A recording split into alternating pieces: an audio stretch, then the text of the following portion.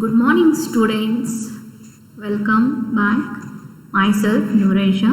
Today we're going to discuss the challenges of entrepreneur, needs of entrepreneur, and characteristics of entrepreneurship. First, we'll see what are the challenges faced by an entrepreneur. The first is cash flow management. Every entrepreneur faces the problem of cash flow, that is inflow of cash, and that is sources of funds and application of funds, sources of cash and application of funds. ನೀವು ಹೇಳ್ಬೋದಂದರೆ cash ಎಲ್ಲಿಂದ ಬರುತ್ತೆ, ಎಲ್ಲಿ ಅದನ್ನು use ಮಾಡಬೇಕು, ಇದನ್ನು ಆಂಟ್ರಪ್ರೆನ್ಯೂರ್ಗೆ ಒಂದು ಮಾಡೋಕ್ಕೆ ತುಂಬ ಕಷ್ಟ ಆಗುತ್ತೆ. ಯಾಕಂದ್ರೆ ತುಂಬ ಕ್ಯಾಶ್ ತೊಗೊಂಡ್ರೂ ಕಷ್ಟ, ತುಂಬ ಕ್ಯಾಶ್ ಇಲ್ಲ ಅಂದ್ರೂ ಶಾರ್ಟೇಜಸ್ ಆಫ್ ಕ್ಯಾಪಿಟಲಿ, working capital is also difficult, surplus is also difficult. So ಅದನ್ನು ಅವನು ಕ್ಯಾಶ್ ಮ್ಯಾನೇಜ್ಮೆಂಟ್ನ ಮಾಡಬೇಕಾಗುತ್ತೆ. The next is time management. Every entrepreneur should have a quality of management of the time. ಅಂದರೆ ಅವ್ನು ಟೈಮ್ ಮ್ಯಾನೇಜ್ಮೆಂಟ್ನ ಹೆಂಗೆ ಮಾಡಬೇಕು ಅಂದರೆ ಅವ್ನು ಇರೋ ಟೈಮ್ನಲ್ಲೇ ಮ್ಯಾಕ್ಸಿಮಮ್ ಯೂಸ್ ಮಾಡಬೇಕು. ಅಂದರೆ ಅವ್ನು ಪ್ಲ್ಯಾನಿಂಗು ಮಾಡಬೇಕು, ಎಂಪ್ಲಾಯೀಸ್ನ ಮೋಟಿವೇಟು ಮಾಡಬೇಕು, ಅವ್ನು ಕ್ವಾಲಿಟಿ ಆಫ್ ಪ್ರಾಡಕ್ಟು ಮಾಡಬೇಕು, ಕಸ್ಟಮರ್ ಕಂಪ್ಲೇಂಟ್ಸ್ನ ಅಟೆಂಡ್ ಮಾಡಬೇಕು. So that is another big challenge what is facing. ಎಲ್ಲದನ್ನು ಅವನು ಫೋಕಸ್ ಮಾಡೋಕ್ಕೆ ಅವನಿಗೆ ಟೈಮ್ ಸಾಕಾಗಲ್ಲ. That is another challenge. Hiring of a employee, selecting a right person for the right job is a very big challenge for every ಆಂಟ್ರಪ್ರೆನ್ಯೂರ್.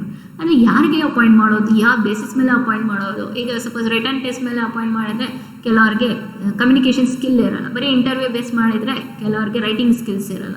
So ಎರಡೂ ತೊಗೊಂಡು ಮಾಡಿದರೆ it's better. ಅವಾಗ ಅವ್ನು ಹೈರಿಂಗ್ ಆಪ್ಷನ್ಸ್ ಮಾಡುವಾಗ ರೈಟ್ ಪರ್ಸನ್ನ ರೈಟ್ ಜಾಬ್ಗೆ select ಮಾಡೋದು it's a big challenge. Choosing the product, ಅಂದರೆ ಅವನು ಯಾವ ಪ್ರಾಡಕ್ಟ್ನ ಮ್ಯಾನುಫ್ಯಾಕ್ಚರ್ ಮಾಡಬೇಕು, ಯಾವ ಪ್ರಾಡಕ್ಟ್ನ ಅವನು ಮಾರ್ಕೆಟ್ಗೆ ಲಾಂಚ್ ಮಾಡಬೇಕು, ಯಾವ ಪ್ರಾಡಕ್ಟ್ ಅವನು ಬಿಸ್ನೆಸ್ ಮಾಡಬೇಕು ಅನ್ನೋದು.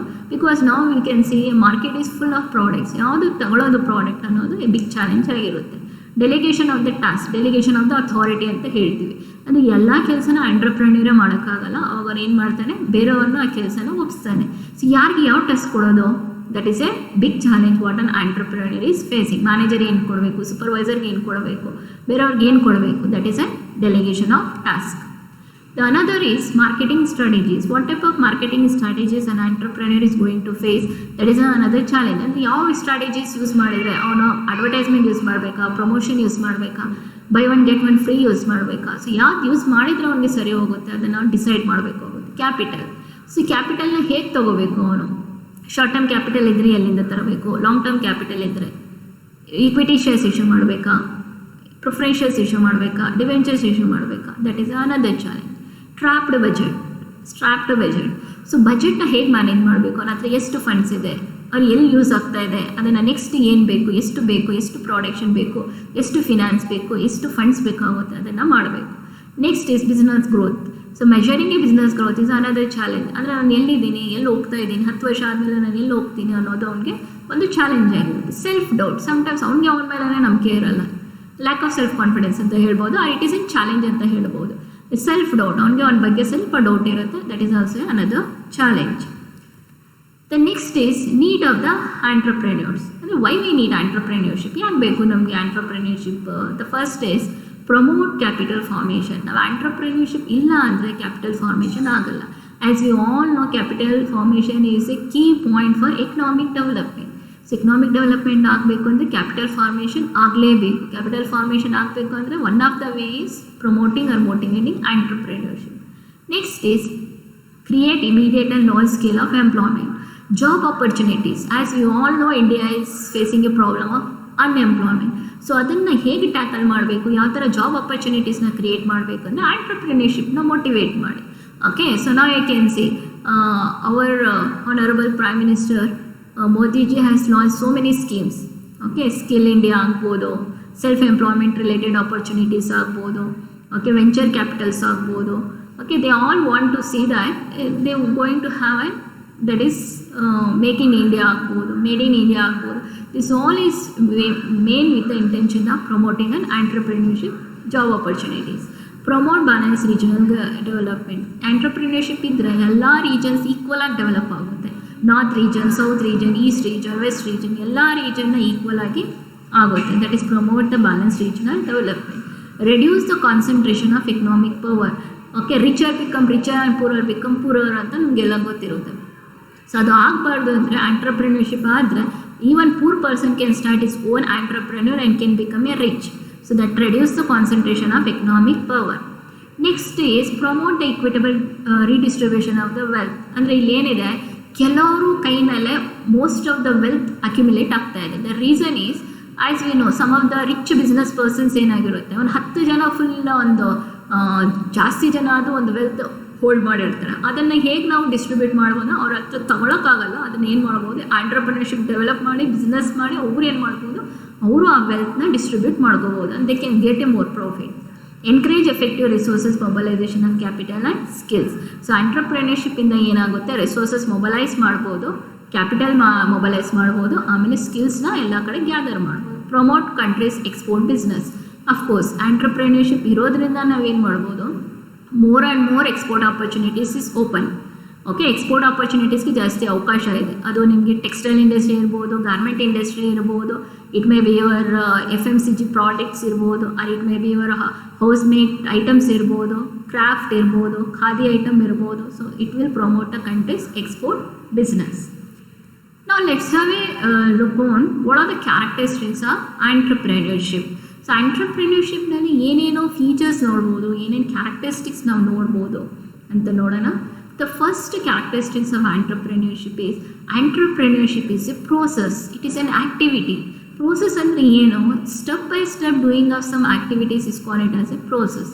ಸೊ ಆಂಟ್ರಪ್ರಿನರ್ಶಿಪ್ ಏನಾಗಿರುತ್ತೆ, ಒಂದು ಪ್ರೋಸೆಸ್ ಆಗಿರುತ್ತೆ. ಅಂದರೆ ನಾವು ಆಂಟ್ರಪ್ರಿನರ್ಶಿಪ್ನ ಒಂದೇ ಸತಿ ಮಾಡೋಕ್ಕಾಗಲ್ಲ. ಅದನ್ನು ಸ್ಟೆಪ್ ಬೈ ಸ್ಟೆಪ್ ಮಾಡ್ಕೊಂಡು ಹೋದರೆ ಮಾತ್ರ ನಾವು ಆಂಟ್ರಪ್ರಿನರ್ಶಿಪ್ ಮಾಡ್ಬೋದು. That is a process.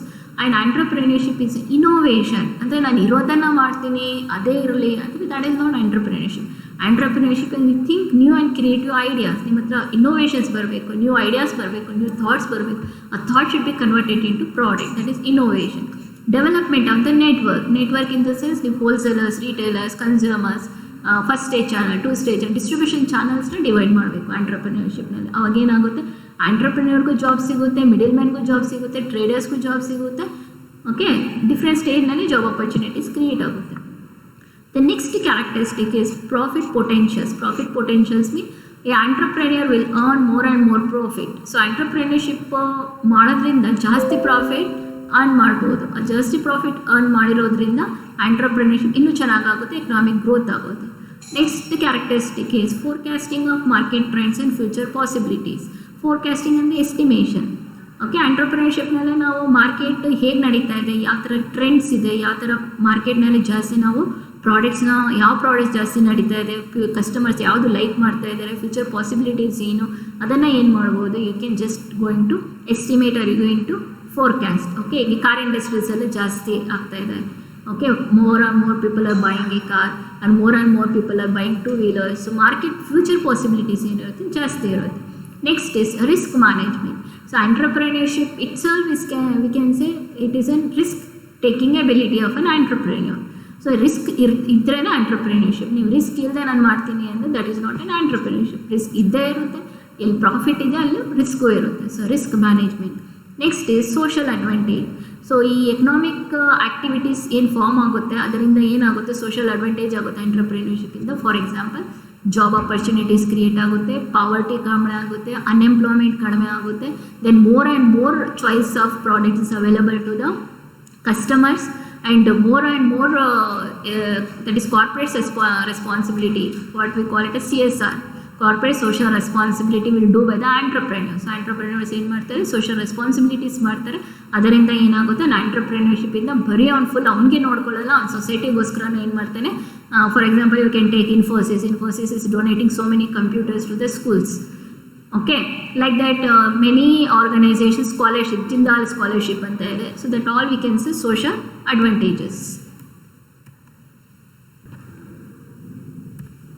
These are some of the references. Decent Vesai 2009, The Dynamic of Entrepreneur Development and Management, Planning for the Future Sustainable Growth, Himalaya Publishing House in